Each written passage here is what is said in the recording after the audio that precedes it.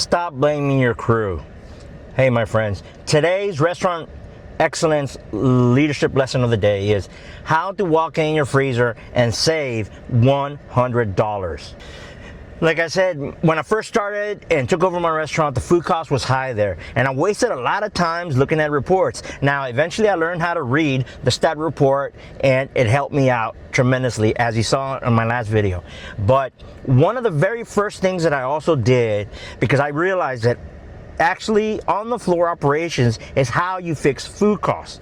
Now, one of the very first things that I did was something that I called my food cost travel path, and I did that every single day in my restaurant. And the very first place I started, the freezer.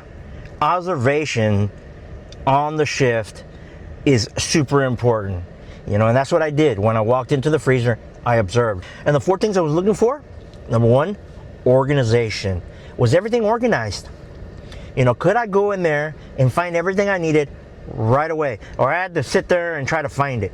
So I'd make sure that everything was labeled and stored correctly and neatly organized, and obviously off the wall, food safety. So was making sure that was happening. Number 2, my inventory levels. Did I have enough for my business, or did I have too much? Because high inventory levels leads to theft or to just waste. So I needed to make sure that I had enough food just for the business that I was going to have. And number 3, rotation. Was everything being rotated? First in, first out. Again, food safety, but also that could lead to waste if they didn't put the new stuff in the back and the old stuff that I had already on hand to the front, so it was used like it needed to be. It would lead to waste, right? Because it could expire and I needed to throw it away. So that was number 3, rotation. Number 4 was the condition of my items in the freezer. Were the boxes closed? Was everything stored properly so nothing was damaged?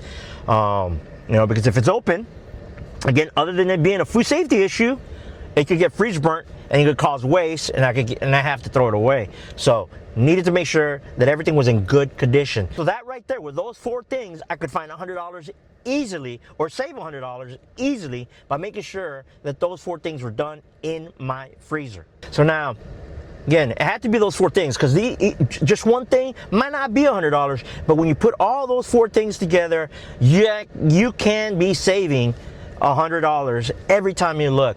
So it's not just about the reports, my friends. You have to actually go in there and make observations everywhere in the restaurant, and especially in your freezer. That's where I started and made sure that it was okay. So today's restaurant excellent leadership lesson of the day is to make sure that you're observing.